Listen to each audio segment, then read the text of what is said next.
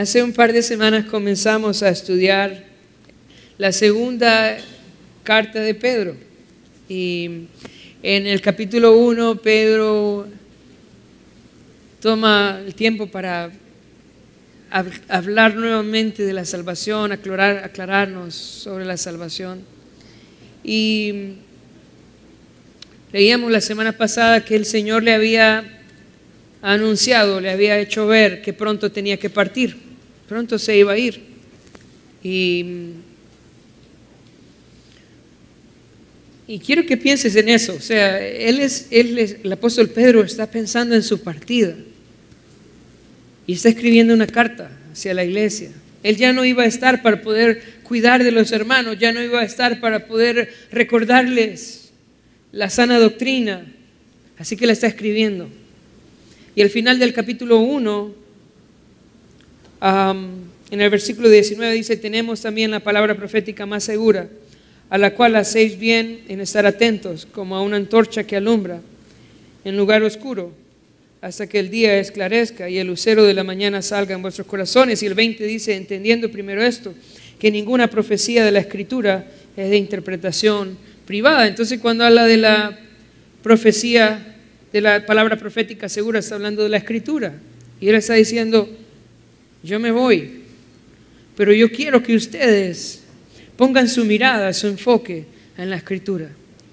Ahora en el capítulo 2 nos va a explicar por qué. ¿Por qué es tan importante que el creyente permanezca en la Escritura? ¿Por qué es tan importante que nosotros debemos leerla y meditarla y conocerla? ¿Por qué es tan importante? Vamos a ir al capítulo 2, versículo 1 al versículo 3. Dice: pero hubo también falsos profetas entre el pueblo, como habrá entre vosotros falsos maestros, que introducirán encubiertamente herejías destructoras, y aún negarán al Señor que los rescató, trayendo sobre sí mismos destrucción repentina. Y muchos seguirán sus disoluciones, por causa de los cuales el camino de la verdad será blasfemado. Y por avaricia harán mercadería de vosotros, con palabras fingidas. Sobre los tales, ya de largo tiempo, la condenación no se tarda, y su perdición no se duerme. ¿Por qué Pedro, antes de partir a la presencia del Señor, él nos está diciendo: pasen tiempo en la palabra, mediten en ella, pongan su mirada en ella? ¿Por qué? Porque él sabía una triste realidad. Y es que al igual que como en el pueblo de Israel hubieron falsos profetas, también en nuestro tiempo van a haber falsos maestros. Hermanos, a veces nos preguntamos, pero en la iglesia pueden haber falsos maestros, en nuestra iglesia pueden haber falsos maestros. Y bueno, déjame decirte que sí. No estamos en el cielo todavía. Mientras estemos aquí, vamos a tener que luchar con estos falsos maestros que se van a levantar dentro de la iglesia. Y mientras estudiamos el capítulo 2 de esta epístola de Pedro, no quiero que pensemos en otras iglesias, yo quiero que pensemos en nuestra iglesia, porque dice que se levantarán falsos maestros entre vosotros. Está hablando de nuestra iglesia, está hablando de nosotros, de nuestra iglesia. Van a venir personas que se van a levantar para apartar a la iglesia de la verdad de Cristo, para apartar a la iglesia de la palabra de Dios. Ahora, ¿cómo van a hacerlo? ¿Cómo trabajan estos falsos maestros? Dice: pero hubo también falsos profetas entre el pueblo, como habrá entre vosotros falsos maestros, dice, que introducirán, escucha esto, introducirán encubiertamente herejías destructoras. Entonces, ¿qué van a hacer los falsos maestros? Van a introducir herejías destructoras y lo van a hacer de manera encubierta. ¿Cómo trabajan los falsos maestros? Los falsos maestros toman estas doctrinas básicas, claras en la palabra de Dios, y las empujan a lugares no bíblicos, a lugares incorrectos. a un lugar donde la iglesia se desvía de la palabra de Dios. Te voy a dar un ejemplo. La doctrina de la seguridad de la salvación. Yo estoy convencido por las Escrituras que la salvación es un regalo de Dios que viene por medio de la fe, que no se pierde. Pero estos falsos maestros llevan esta doctrina al libertinaje, en donde no importa cómo viva la gente, en que no importa si tiene una relación con Cristo o no tiene, con tal que hizo una oración es salvo y no importa. ¿Sabes? Eso es una herejía. Eso no es lo que enseña la Biblia. El que le ha entregado su vida a Cristo ahora debe vivir para Cristo. Así es, hermano.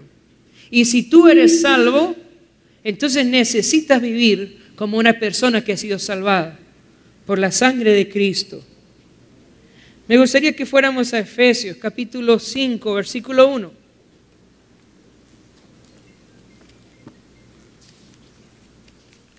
Efesios capítulo 5, versículo 1 en adelante. Vamos a leer un par de versículos. Dice: sé pues imitadores de Dios como hijos amados, y andad en amor, como también Cristo nos amó y se entregó a sí mismo por ellos, ofrenda y sacrificio a Dios en olor fragante. Escucha esto, versículo 3. Pero fornicación y toda inmundicia o avaricia ni aun se nombre entre vosotros, como conviene a santos, ni palabras deshonestas, ni necedades, ni truhanerías que no convienen, sino antes bien acciones de gracias. Versículo 5. Porque sabéis esto, que ningún fornicario o inmundo o avaro que es idólatra tiene herencia en el reino de Cristo y de Dios. ¿Qué te está diciendo la palabra de Dios? La salvación es por gracia por medio de la fe. Amén, así es. ¿Se pierde? No se pierde. Pero el Hijo de Dios debe vivir para Dios. ¿Qué piensan? Así es, eso es lo que la Escritura enseña. Entonces estos falsos maestros toman nuestra doctrina bíblica y la llevan a un lugar no bíblico, a un punto donde es atractivo para la gente, pero destructivo para la iglesia. Y encubiertamente van distorsionando la sana enseñanza de la palabra de Dios. Vamos a volver a 2 de Pedro. 2 de Pedro. Dice en el versículo 1, pero hubo también falsos profetas entre el pueblo, como habrá entre vosotros falsos maestros, que introducirán encubiertamente herejías destructoras. Dice, y aún negarán al Señor. En diferentes libros de la Escritura se defienden diferentes puntos de la persona de Cristo. Por ejemplo, en primera de Juan trata de explicar de que el Señor vino en carne y que esto es importante. Aquí Pedro está hablando de su señorío. Estos falsos maestros van a despreciar el señorío de Cristo, que los compró. No van a enseñar a someterse a la gente a Cristo, sino más bien que Él es el Salvador y su amigo, pero no el Señor. ¿Y cuántos enseñan eso? Que Jesús no es Señor, que es solo Salvador. Pero Jesús es Salvador y Señor. Y cuando yo recibo a Cristo como mi Salvador, lo recibo también como mi Señor. Tú no puedes recibir la salvación de Cristo y despreciar su señorío. No puedes. Porque Jesús es Señor. Ese Jesús que estás recibiendo en tu vida es Señor. Y no puedes recibirlo como un Salvador y rechazar su señorío. Eso es falso. Jesús es Señor. Si estudias la manera en cómo los apóstoles predicaron a Jesús como Señor, no solo como el Salvador, sino también como el Señor. Y cuando yo vengo a tener una relación con Él, yo debo reconocer sobre mi vida su señorío también. Entonces ellos van a despreciar el señorío de Cristo. Dice en el versículo 2, y muchos seguirán sus disoluciones. Muchos. A muchas personas les va a parecer muy atractivo esta predicación. Esta predicación en donde yo puedo ser salvo y no importa cómo viva. Esta predicación en donde yo puedo ser salvo y yo no quiero obedecer a Cristo. Para muchas personas este es un mensaje atractivo, en donde yo puedo vivir como un hijo del diablo y puedo ser un hijo de Dios al mismo tiempo. Muchos van a ir tras este tipo de enseñanza. Y dice en el versículo 2, por causa de los cuales el camino de la verdad será blasfemado. Yo quiero preguntarte esa mañana, ¿qué dice la gente de la iglesia evangélica? ¿Qué dice la gente de la iglesia evangélica? Recuerdo hace un tiempo atrás, fui a visitar a una familia nueva de la iglesia y el Señor me dio el privilegio de abrir la Biblia y compartirles el evangelio. Y me dijeron, gracias pastor, me dijeron, porque nunca nos habían compartido el evangelio. Tenemos 10 años de estar yendo a una iglesia y nunca nos habían compartido el evangelio. Y no sé si fue imprudencia mía, pero yo le pregunté, ¿y a qué iglesia iban? Y me dijo, íbamos a la iglesia evangélica, pero ahí todos están locos. Entonces dije, ups, ¿cuál es el concepto de la gente hoy de la iglesia evangélica? ¿Qué es lo que la gente piensa cuando piensa en un evangélico? La Biblia dice, por causa de estos, el camino de la verdad será blasfemado. Blasfemado. Y la gente no quiere venir a la iglesia porque dice, si yo voy a esa iglesia me van a pedir dinero y todo el mundo va a estar saltando y tirándose al piso y yo no quiero ir a esa iglesia. Por causa de estos, el camino de la verdad será blasfemado. Ahora, no termina ahí. Dice en el versículo 3, y por avaricia harán mercadería de vosotros con palabras fingidas. Sobre los tales ya de largo tiempo la condenación no se tarda y su perdición no se duerme. Dice por avaricia. Estos falsos maestros no están interesados en la salvación de la gente. Están interesados en el dinero de la gente. Es como un pastor que ve una oveja, pero no ve la oveja, ve la lana de la oveja. Y dice, wow, esta oveja tiene mucha lana. Pero no le importa la oveja, solo le importa la lana de la oveja. Así son estos. Hacen mercadería de la gente. Predican sobre el dinero para que la gente ponga su mirada en el dinero y ellos puedan apoderarse del dinero de la gente. Eso es todo. Ese es su trabajo, explotan a la gente. Ahora, si esa es la iglesia de Jesús, ¿por qué Jesús no los detiene? ¿Por qué el Señor permite que se levanten estos falsos maestros? ¿Por qué los vemos que ellos prosperan económicamente y tienen muchos seguidores? ¿Por qué el Señor no los detiene? Bueno, Pedro nos dice, calma. El Señor no ignora estas cosas.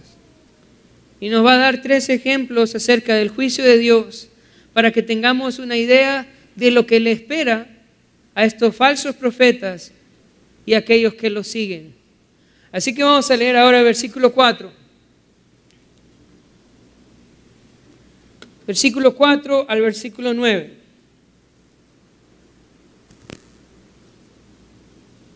Porque si Dios no perdonó a los ángeles que pecaron,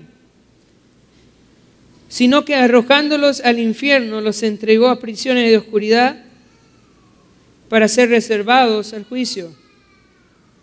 Y si no perdonó al mundo antiguo, sino que guardó a Noé, pregonero de justicia, con otras 7 personas, trayendo el diluvio sobre el mundo de los impíos. Y si condenó por destrucción a las ciudades de Sodoma y de Gomorra, reduciéndolas a ceniza y poniéndolas de ejemplo a los que había de vivir impíamente, y libró al justo Lot, abrumado por la nefanda conducta de los malvados, porque este justo que moraba entre ellos afligía cada día su alma justa viendo y oyendo los hechos inicuos de ellos. Sabe el Señor librar de tentación a los piadosos y reservar a los injustos para ser castigados en el día del juicio.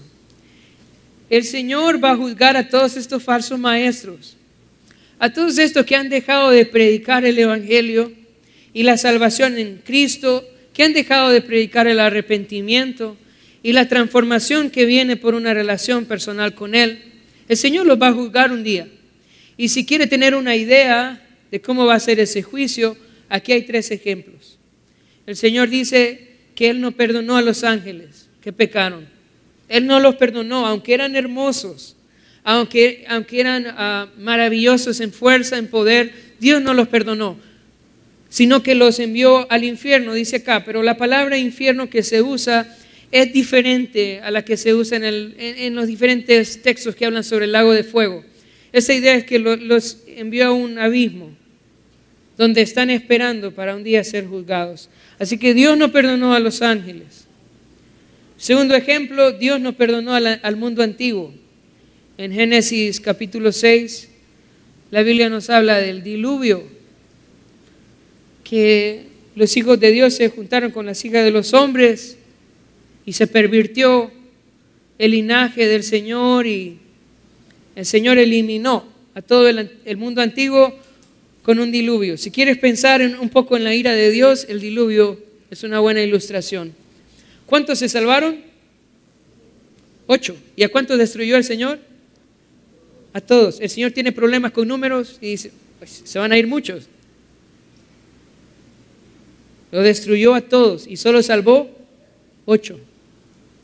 No importa cuántos han sido los que se han revelado, el Señor los eliminó a todos y solo salvó a 8. ¿Y sabe? Todavía queda un juicio más, y es el que estamos esperando. Y es el juicio al final de los tiempos.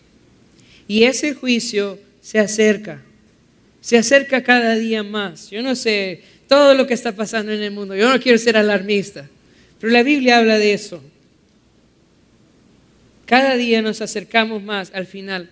No sé si escucharon esta semana que alguien en las redes dijo que ayer era el fin del mundo. ¿Escucharon eso?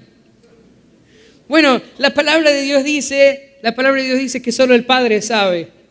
Así que cuando alguien pone una fecha es un falso profeta. Sin embargo, el fin viene.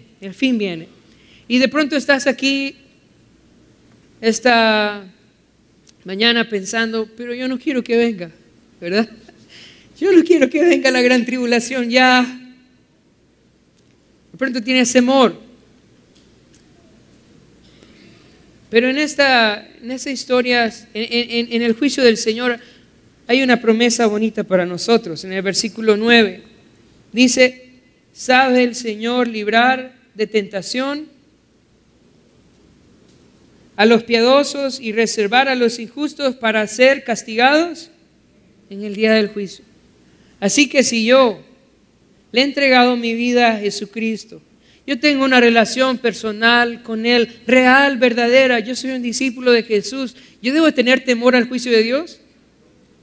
No, yo debo de alegrarme cada vez que yo veo que las señales se cumplen, que hay terremotos, que no quiero decirlo, pero bueno, que aquel se quiere pelear con el otro, ¿no? ¿Sabe qué? El fin se acerca, y si yo tengo una relación personal con Dios, eso no debe preocuparme. ¿Por qué? Porque cuando Dios destruyó el mundo antiguo, salvó a Noé y a su familia. Y cuando Dios destruyó a Sodoma y a Gomorra, libró a Lot y a su familia. Así que el juicio del Señor no es para sus hijos, es para estos falsos profetas y para los seguidores de ellos. Por otro lado, hay hermanos que me han dicho, a mí me preocupan mis hijos, que yo no sé si el Señor los va a salvar o no. Pero ves en ambas historias lo mismo. Dios salvó a Noé y a quién más, y a su familia. ¿Quién halló gracia delante de Dios según Génesis 6? Noé. Y la gracia del Señor se extendió hasta su casa. ¿Mis hijos tienen que recibir a Cristo para ser salvos? Sí, claro que sí. ¿Tienen que tener una relación personal con Dios? Sí. Pero yo quiero decirte algo. Si Dios te salvó, es porque Él también quiere salvar tu casa. Y tu trabajo es trabajar en la salvación de tus hijos, predicarles el evangelio, ser de buen testimonio para ellos, orar por ellos. Pero si Dios lo salvó a usted, es porque Él también quiere salvar su casa. Lo vemos también en la historia de Sodoma y Gomorra. Dios salvó también a Lot, pero no solo a Lot, sino que también sacó a su familia, ¿verdad? Allá cuando iban saliendo, la esposa volvió a ver para atrás y se convirtió en una estatua de sal, pero ya no es culpa de Dios, ¿cierto? Él sacó a su familia para que no fuese juzgado. Si Dios me ha salvado a mí, es porque Él quiere salvar mi casa. Yo necesito trabajar en mi casa, predicarles el evangelio, pero también necesito confiar que Él quiere salvar mi casa también. Entonces este juicio para los falsos maestros y sus seguidores es seguro y viene, no hay que desesperarse. Ahora vamos a ver algunas características en el pasaje de estos falsos maestros. Versículo 10. Dice, y mayormente, estamos en 2 de Pedro, capítulo 2, versículo 10.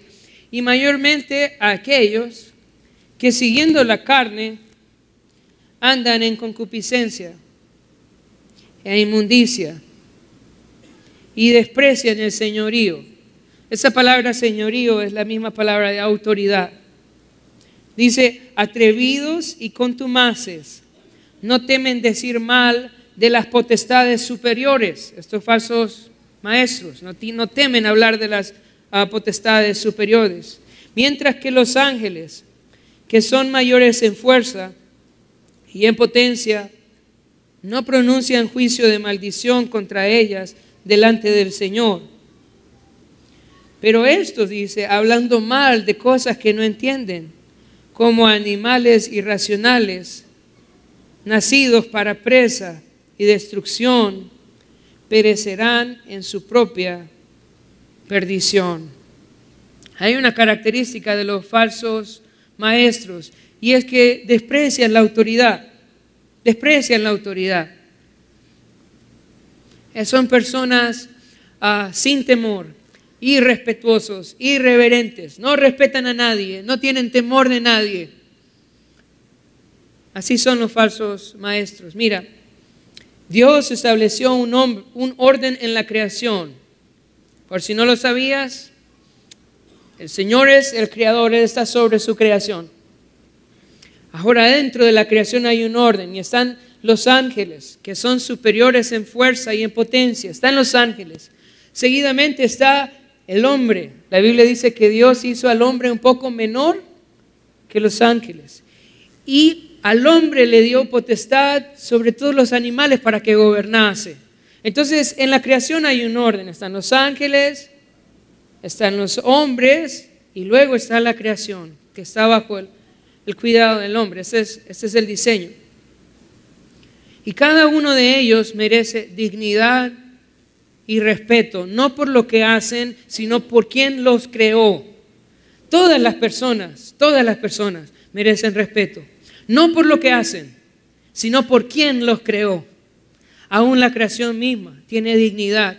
Nosotros debemos respetarla y cuidarla. ¿Por quién la creó? Los falsos profetas no tienen respeto de nadie y desprecian la autoridad. En el caso de los ángeles, aunque son superiores a los hombres, ¿verdad? Y tienen potencia y majestad, hay dos grupos: los ángeles del Señor y los ángeles caídos. Pero la Biblia dice, y nos pone como ejemplo a los ángeles, ellos no profieren maldición contra las potestades superiores. Los ángeles no blasfeman contra los demonios. No. Ellos no lo hacen. Sin embargo, los falsos maestros blasfeman, se burlan y respetan a las potestades superiores, angelicales. Se burlan de Satanás, hablan mal de Satanás, le dan órdenes a los ángeles. No entienden. No hay respeto. Yo quiero decirte, en el Nuevo Testamento, al creyente nunca se le da una orden de hablar con Satanás. No existe eso. En el Nuevo Testamento no hay ninguna orden en donde, no hay ningún mandamiento en donde yo puedo ordenarle a Satanás cosas. La Biblia dice que nos sometamos a Dios, que resistamos al diablo y que Él va a huir de nosotros. Yo no tengo por qué estarle dando órdenes a Satanás. Eso es peligroso. Eso no es bíblico. Lo correcto es que mi oración es a Dios. Aún en el caso de pronto de una persona poseída o endemoniada, ¿cómo liberamos a un poseído, a un endemoniado? ¿Cómo puede encontrar libertad? A través del Evangelio de Jesucristo. ¿Qué se hace con una persona que tiene demonio? Se comparte el Evangelio. Y cuando el Espíritu Santo viene a esa persona, el demonio sale y no vuelve a entrar. Esta es la forma en cómo debemos trabajar. Sin embargo, estos falsos maestros blasfeman de las potestades superiores. Y la Biblia los compara como animales irracionales. No entienden lo que están haciendo. Por otro lado, el Señor ha establecido autoridades aún en la tierra, en cada organización, institución humana. Nosotros como siervos de Dios tenemos que respetar la autoridad. Este es un indicativo de que hemos entendido el mensaje de Cristo. Si piensas en la familia, ¿quién es la autoridad de los niños? ¿Quién es la autoridad de los hijos? ¿Quién? Los padres, papá y mamá, ¿verdad? ¿Quién es la autoridad en el matrimonio? Ahora no sabe, ¿no? El esposo, el esposo. En el Estado, ¿quién es la autoridad? El gobierno, el presidente, ¿verdad? Y como hijos de Dios, nosotros necesitamos respetar nuestras autoridades. No por lo que hacen, escucha eso, no por lo que hacen. Yo no sé cómo fue tu papá o cómo fue tu mamá, yo no sé. Pero sabes, no importa, tienes igual que respetarlo.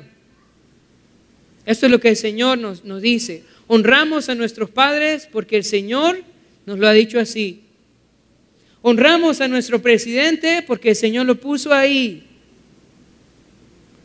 Esto es lo que el Señor establece en su palabra. No por cómo se porta, es porque el Señor lo ha establecido así. Y todo aquel que te enseña a revelarte la autoridad en sus falsos profetas, esto no lo enseñó Cristo. Cuando alguien le preguntó a Jesús, hey, Señor, ¿es lícito que le paguemos a César el impuesto? Este hombre esperaba que Jesús dijera, ¿saben qué? No le paguen nada. ¿Pero qué le dijo el Señor? Denle a César lo que es de César y denle a Dios lo que es de Dios, porque los cristianos honramos a las autoridades, no por lo que hacen, sino porque el Señor las puso, por amor al Señor. Entonces, una característica de un falso maestro es que desprecia la autoridad. Vamos a leer ahora versículo 13. Dice, recibiendo el galardón de su injusticia, ya que tienen por delicia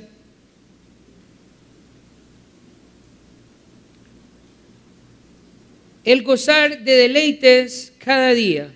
En otras versiones dice de gozar de deleites en pleno día. En pleno día. Estos son inmundicias y manchas, quienes aún mientras comen con vosotros se recrean en sus errores. Tienen los ojos llenos de adulterio, no se sacian de pecar, seducen a las almas inconstantes, tienen el corazón habituado a la codicia y son hijos de maldición. Otra característica de los falsos maestros es que van tras sus propias concupiscencias. Ellos quieren satisfacer sus malos deseos. Dice que practican el pecado a la luz del día, Ellos no tienen vergüenza. Viven de manera desagradable a Dios. En el libro de Primera de Juan, el apóstol Juan nos dice cuál es el mundo. ¿Cuál es el mundo? El mundo es los deseos de los ojos, los deseos de la carne y la vanagloria de la vida. ¿Y sabe qué hace un falso profeta? Va tras estas cosas. Los deseos de los ojos, los deseos de la carne y la vanagloria de la vida. Y esa es su práctica. Él no está tras Jesucristo. Él no está tras el Evangelio. Él no quiere vivir una vida de negarse a sí mismo, sino una vida de complacerse a sí mismo, y enseña a la gente a complacerse a sí mismo. Pero Jesús nos enseñó en Lucas capítulo 9 que si alguno quiere venir en pos de mí, ¿qué dice? Se lo saben, ¿verdad? Dice, niéguese a sí mismo, tome su cruz cada día y sígame. Sin embargo, ellos enseñan del placer terrenal hoy. La mejor vida hoy, aquí, ahora. Dice la Biblia que tienen los ojos llenos de adulterio. ¿Qué es esto de tener los ojos llenos de adulterio? Bueno, Jesús nos explicó en Mateo 5, 28, que el adulterio es más que el acto del adulterio.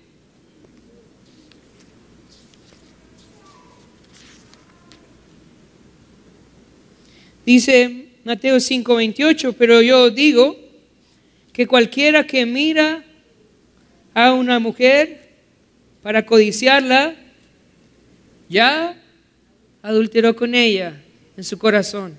Tienen los ojos llenos de adulterio. ¿Qué quiere decir eso? Es la forma en cómo ven a las hermanas de la iglesia. De una manera maliciosa, de codicia. ¿Sabes? La Biblia nos dice cómo debemos ver a las hermanas en la iglesia. Vamos a ir a 1 de Timoteo, capítulo 5.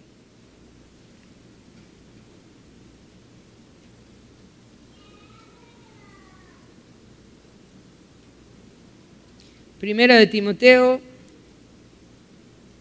capítulo 5, versículo 1. Primera de Timoteo 5:1 dice: no reprendas al anciano. Así que si usted es anciano, subraye eso para cuando alguien quiera reprenderlo, ¿no? No reprendas al anciano, sino exhórtale como a padre, a los más jóvenes como a hermanos, a las ancianas como a madres, a las jovencitas, escucha esto, como a hermanas, y añade, con toda pureza. Así debe ser aquí en la iglesia y afuera también. Verlas con toda pureza. El Señor nos ha dado un lugar donde necesitamos ver cuando nos comunicamos. Y ese lugar es los ojos. Si usted no sabe dónde ver, vea los ojos. No vea nada más. Vea los ojos. Es el lugar donde uno tiene que ver cuando habla con un hermano o con una hermana. Pero debe ser con toda pureza. Sin embargo, vemos que ellos pues son personas entregadas a la concupiscencia, ven a las hermanas, ¿verdad?, con una actitud de adulterio. Dice que se recrean hablando de sus errores mientras comen con vosotros. La idea es que sus conversaciones son de su vida de pecado y están hablando de eso. Y por último termina diciendo en el versículo 14, en medio dice, seducen a las almas inconstantes, seducen a las almas inconstantes. Yo quiero que usted se pregunte esa mañana, ¿soy yo una persona inconstante? ¿Es usted una persona que lee la Biblia y no lee la Biblia, y viene a la iglesia y no viene a la iglesia? Y dice que va a llevar una clase y va el primer día y luego la deja. ¿Es usted una persona inconstante? Porque usted, si es una persona inconstante, la Biblia dice que usted es presa de los falsos maestros. Usted va a ser engañado. La única manera en la cual yo no voy a ser engañado por los falsos maestros es siendo una persona comprometida con el Señor y con su palabra. Comprometida con Él. Yo busco de Él todos los días. ¿Sabe cuántos días a la semana se reunía la iglesia primitiva? Todos los días en la casa, todos los días por las casas. Y a nosotros nos cuesta venir el domingo ese. Estos seducen a las almas inconstantes. Yo quiero rogarte esa mañana que si no eres un alma comprometida con el Señor, que tomes esta decisión esta mañana de comprometerte con el Señor, porque si no, vas a terminar allá con ellos. Vas a ser presa de los falsos maestros. Vamos a ver la siguiente característica. Versículo 14 a 16. Tienen los ojos llenos de adulterio, no se sacian de pecar, seducen a las almas inconstantes. Luego dice, tienen el corazón habituado a la codicia y son hijos de maldición. La idea de hijos de maldición no es que han sido malditos, sino que aman el maldecir. Les encanta maldecir. Y nos va a dar en el 15 un ejemplo de eso. Han dejado el camino recto y se han extraviado siguiendo el camino de Balaán, hijo de Beor, el cual amó el premio de la maldad. La idea es el salario de la maldad, y fue reprendido por su iniquidad. Pues una muda bestia de carga, hablando con voz de hombre, refrenó la locura del profeta. Entonces, una característica más de estos falsos maestros es que son personas que van tras el dinero, tienen el corazón ejercitado en la avaricia. Ellos buscan el dinero. Su prédica es sobre el dinero y el deseo de sacar el dinero de la gente. Y nos da el ejemplo de Balaam. Pero antes de eso, en el versículo 15 dice, han dejado el camino recto. Hermanos, ¿cómo es el camino del Señor? ¿Cómo es el camino del Señor? ¿Es? Voy a preguntárselo otra vez. ¿Cómo es el camino del Señor? Es recto. Es recto. Recuerde eso, el camino del Señor es recto. Y cualquier persona, y sabe hacia dónde nos lleva el camino del Señor, nos lleva a Jesús, ahí. Y cualquier persona que se desvía por otro lado es un falso maestro. En el versículo 15 aparece la historia de Balaam, y ya hemos hablado de Balaam porque se mencionaba en Nehemías. El pueblo de Israel iba a pasar por un pueblo que se llamaba Moab, y ellos solo querían pasar, ellos no querían nada de Moab, solo querían pasar. Pero Moab tenía miedo, así que mandaron a llamar a Balaam y le dijeron, tú eres profeta de Dios, y nosotros sabemos que lo que vos le digas a Dios, Dios lo va a hacer. Y le dijeron, ocupamos un trabajito, queremos que nos maldigas a Israel y te vamos a dar un pistito por eso. Y bueno, él habló con Dios y Dios le dijo no. Pero entonces vinieron y le ofrecieron más dinero. Y entonces dijo, espérenme un tantito, le voy a preguntar a Dios. Pero Dios ya le había dicho que no. O sea, a Dios no le importa si le ofrecían más. Y entonces le dijo Dios a Balaam, anda. Pero lo que no sabía Balaam es que le iba a cortar la cabeza como 10 metros después de su casa.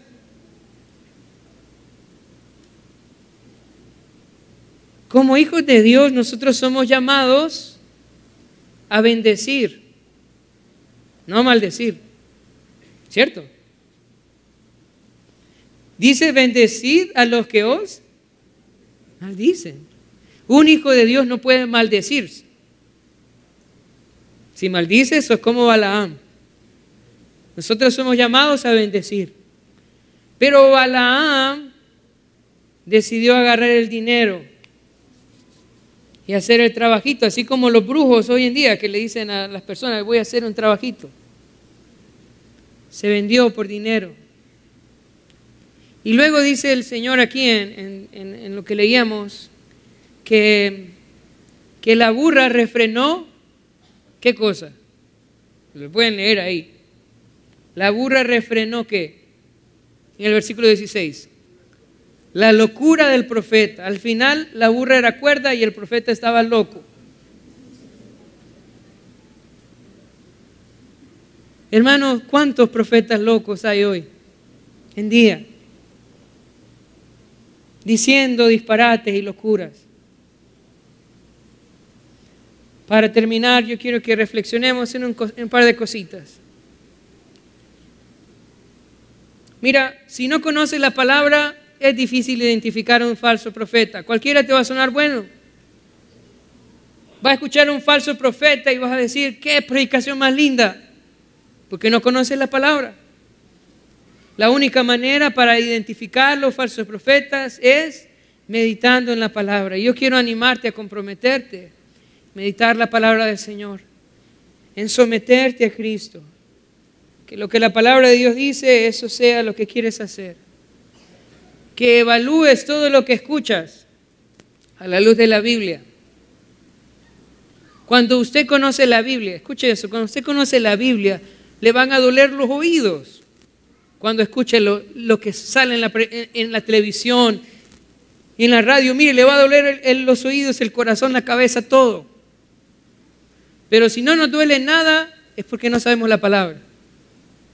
Yo no le digo que me crea a mí, yo le digo que lea la Biblia, que la estudie, que la medite. Y yo le aseguro que cuando la Biblia llegue a su corazón, le va a doler los oídos, la cabeza y todo cuando escuche estos falsos maestros.